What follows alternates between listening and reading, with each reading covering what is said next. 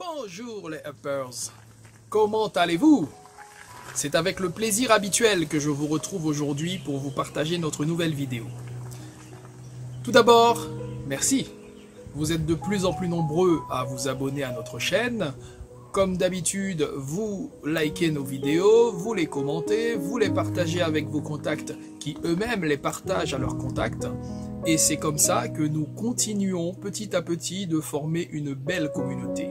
Merci pour votre fidélité et continuez de nous suivre comme ça. Aujourd'hui, je viens vous parler de nos sens, de nos 5 sens. Qu'est-ce que je viens vous dire de nos sens?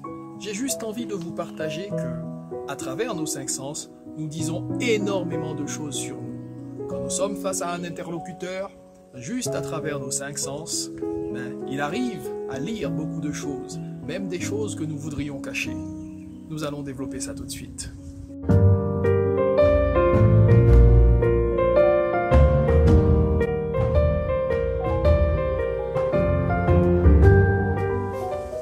Je vous propose de commencer par le sens de l'audition. Nos oreilles, nos chères oreilles, qui nous servent à écouter. À écouter ou à entendre? Entendre et écouter, quelle est la différence? Peut-on écouter sans entendre? Ou alors, peut-on entendre sans écouter? Ah, ça devient philosophique, n'est-ce pas?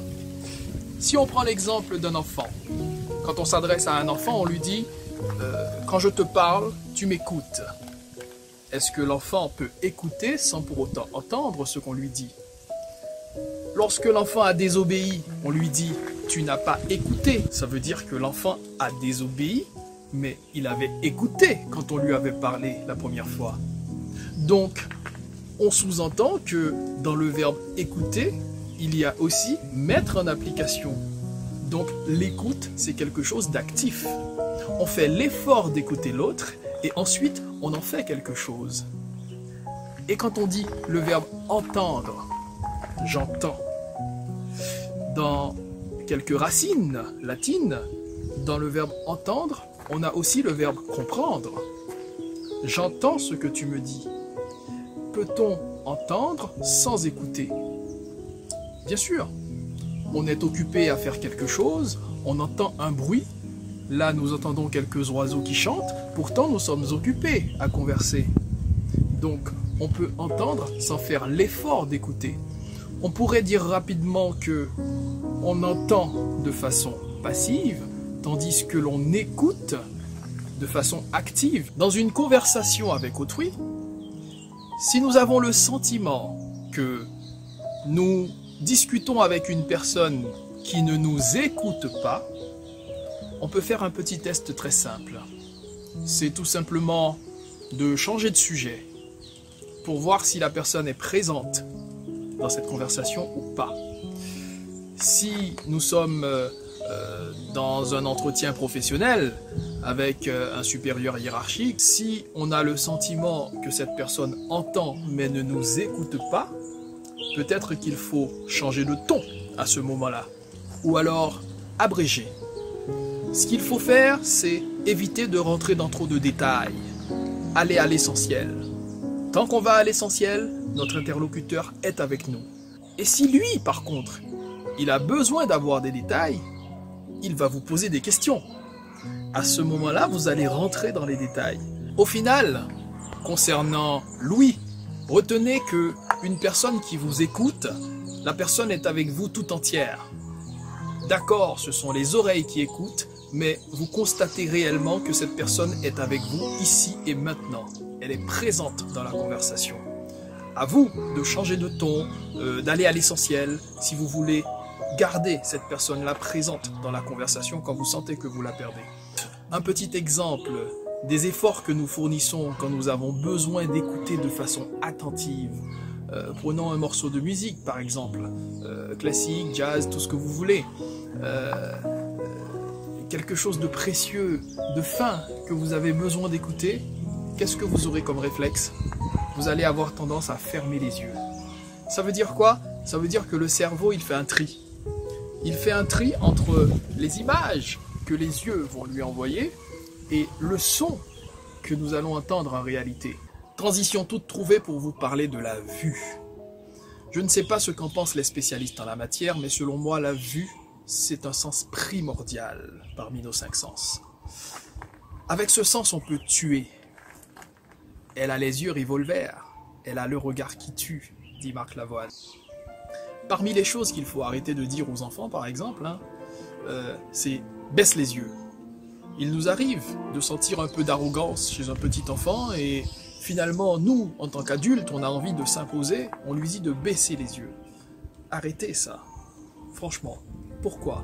Parce que plus tard, ça fait des adultes qui n'osent même pas regarder les gens dans les yeux. Pourtant, ne pas pouvoir fixer quelqu'un du regard, c'est un problème. Vous allez me dire que ça dépend de la culture. Oui, il y a des cultures dans lesquelles on évite de croiser les gens du regard. Nous, à l'occidental, c'est tout l'inverse. Quand vous recevez une personne en entretien, si cette personne-là ne peut pas vous regarder dans les yeux, vous interprétez tout de suite qu'il y a un problème de confiance. Eh bien, oui, quelqu'un qui ne peut pas soutenir un regard, quelqu'un qui ne peut pas avoir une conversation les yeux dans les yeux, c'est une personne qui, dans notre culture occidentale, manque de confiance en elle. Ça peut arriver, oui, qu'on soit intimidé face à l'autre et qu'on n'ose pas réellement fixer les yeux. Alors un petit conseil, ne fixez pas les yeux, mais fixez les sourcils. Hein. C'est tellement proche que votre interlocuteur aura le sentiment que vous le regardez dans les yeux quand même. Donc ça, c'est pas un souci. Et si même vous avez un petit peu de mal à regarder l'interlocuteur à travers les sourcils, cherchez-lui un petit défaut. Sur la chemise, le col, la cravate, j'en sais rien. Mais bon, ne soyez pas sur le physique, hein, mais cherchez un petit défaut sur la personne qui va vous faire dire « Ah ben, je suis intimidé, mais il ou elle ne sait pas s'habiller. Regardez les couleurs, regardez le nœud de la cravate, c'est mal fait. » C'est un petit défaut qui va aider votre ego à prendre le dessus par rapport à la personne. Tout de suite, vous allez vous redimensionner et vous positionner en égal à égal, on va dire. Il y a une chose à laquelle il faut toujours faire attention. On parle toujours de l'autre vis-à-vis de nous, ou de nous vis-à-vis de l'autre, j'en sais rien, mais on oublie souvent de parler de la relation entre les deux. Il n'y a pas moi et l'autre, ou l'autre et moi, il y a un nous qui se joue à tout moment. Le nous peut être un effet miroir. Ça veut dire quoi? Ça veut dire que vous arrivez quelque part, vous n'êtes pas bien, vous avez un regard défiant, et bien l'autre, qui est bien dans ses bottes, va vous renvoyer un regard défiant. Ça peut être l'inverse, c'est-à-dire une espèce de dualité. Vous êtes intimidé, vous arrivez quelque part, vous vous mettez en position de soumission, on va dire. Et bien l'autre, tout de suite, va prendre une position de conquérant. Quelqu'un qui, finalement, est dominateur dans la relation. Donc, faites attention. Il n'y a pas de moi et l'autre, il y a toujours un nous qui se joue. Donc, pensez-y dans le regard que vous allez renvoyer à l'autre. Maintenant que je vous ai parlé de l'ouïe, qui, quelque part dans le cerveau, est couplé à la vue, n'est-ce pas? Je vais vous parler de l'odorat. Mais en même temps, je vais vous parler du goût. Parce que ces deux sens sont intimement liés. On ne va pas beaucoup insister sur ces deux sens parce que ce ne sont pas par l'odorat et le goût que nous entrons en contact tout de suite avec nos interlocuteurs.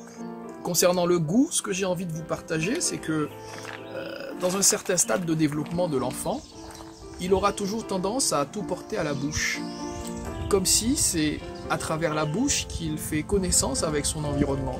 Est-ce que c'est sucré? Est-ce que c'est salé? Est-ce que c'est bon? Est-ce que c'est mauvais? Est-ce que c'est souple? Est-ce que c'est dur? Il ne se pose pas de questions. La main, la bouche, direct. Pour ce qui est de notre rapport à l'odorat, je vais me permettre de partager avec vous une petite expérience personnelle.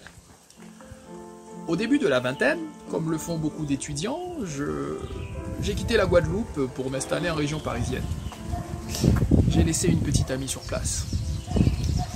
Un an après, je l'ai retrouvée sur l'île et à un moment donné dans notre partage, elle vient contre moi, elle respire très fort en me disant « Tu ne peux pas imaginer combien j'aime respirer ton odeur ». Et moi, qui étais un petit peu con sur les bords, en tout cas un peu plus que maintenant, je lui dis c'est bizarre parce que entre temps j'ai eu l'occasion de changer de parfum 2 fois. Elle me répond espèce d'idiot, je ne parle pas de ton parfum mais de toi. Sur le moment j'ai rigolé, mais quelques années après j'ai fini par comprendre qu'elle avait raison. Que effectivement il y a quelque chose de chimique dans les rapports que nous partageons avec autrui. Et ce quelque chose-là, ça n'a rien à voir avec l'hygiène. Oui, bien sûr, l'hygiène, le parfum, le déo, la douche, machin, bref. Mais au-delà de cela, nous dégageons réellement quelque chose. Et malheureusement, il y a des fois où ça ne passe pas, tout simplement. Et quand ça ne passe pas, il y a certaines expressions où on dit qu'on ne sent pas quelqu'un. Ça arrive. C'est pas juste physique, physiologique, physionomique, tout ce que vous voulez, mais là c'est chimique ou c'est encore d'un autre ordre. Je vais éviter de parler du 6e sens parce que là on va partir dans tous les sens et c'est pas du tout le but de notre rendez-vous d'aujourd'hui. Il nous reste maintenant à parler du toucher. C'est selon moi un sens qu'on pourrait qualifier de primaire. C'est un sens externe qui va nous mettre en relation avec les autres, mais c'est un sens que nous apprenons tout le temps à dompter, à amadouer, que ce soit un bijoutier, un chimiste dans son laboratoire, ou même vous quand vous êtes dans un restaurant japonais avec vos baguettes. Tout ça, c'est parce qu'on a passé du temps à dompter ce sens que nous arrivons finalement à en faire quelque chose de précieux. Mais sinon, c'est un sens brut. Que dit le toucher dans une relation? Beaucoup de choses, les amis. Sans même aller dans l'intimité. Vous êtes en conversation avec une personne que vous avez rencontrée une fois auparavant. Et tout de suite, cette personne vous met la main sur le bras ou sur l'épaule pour s'adresser à vous. Qu'est-ce que ça veut dire? Des deux choses l'une. Premièrement, ça peut vouloir dire « Je suis à l'aise avec toi au point de me permettre de te toucher quand je m'adresse à toi. » Mais ça peut aussi vouloir dire « Je me permets de te toucher parce que je me positionne au-dessus de toi. » Comment faire la différence entre les deux? Il y a un test très simple à faire. À partir du moment où vous finissez par installer un mètre entre vous deux, à votre tour, venez vers cette personne, touchez-lui le bras ou l'épaule pour lui adresser une petite phrase. Et là, observez sa réaction. Si cette personne vous a touché de façon amicale, il n'y aura absolument aucun problème. Je te touche comme tu me touches. Maintenant, une personne qui se positionne en supériorité, qui vient te toucher quand elle s'adresse à toi, elle sera embêtée de voir que tu lui fais la même. C'est comme une personne qui, d'emblée, va te tutoyer dans une conversation, et quand tu lui réponds tu constates que la phrase qui suit, eh bien c'est un vouvoiement. La personne a compris que, à partir du moment où le niveau de respect a été réduit et que toi aussi tu réduis le niveau de respect que tu lui accordais, hop, la personne fait le réajustement nécessaire. Eh bien c'est pareil avec le toucher. Par le toucher, on domine tout de suite l'autre en lui disant « je suis au-dessus de toi ». Ou alors, par le toucher, on efface la distance et on est dans un vrai lien de proximité. Eh bien, les uppers, moi ce que je vous souhaite, c'est d'être tout le temps dans un vrai lien de proximité. Mais pour être dans un vrai lien de proximité, il faut savoir utiliser nos 5 sens. Ce n'est pas qu'une histoire de toucher, ce n'est pas qu'une histoire de regard, c'est une histoire d'utiliser nos 5 sens à bon escient. Et c'est la seule et unique façon pour nous de toujours rester up. Merci de partager, merci de liker, merci de commenter, et je vous dis à bientôt.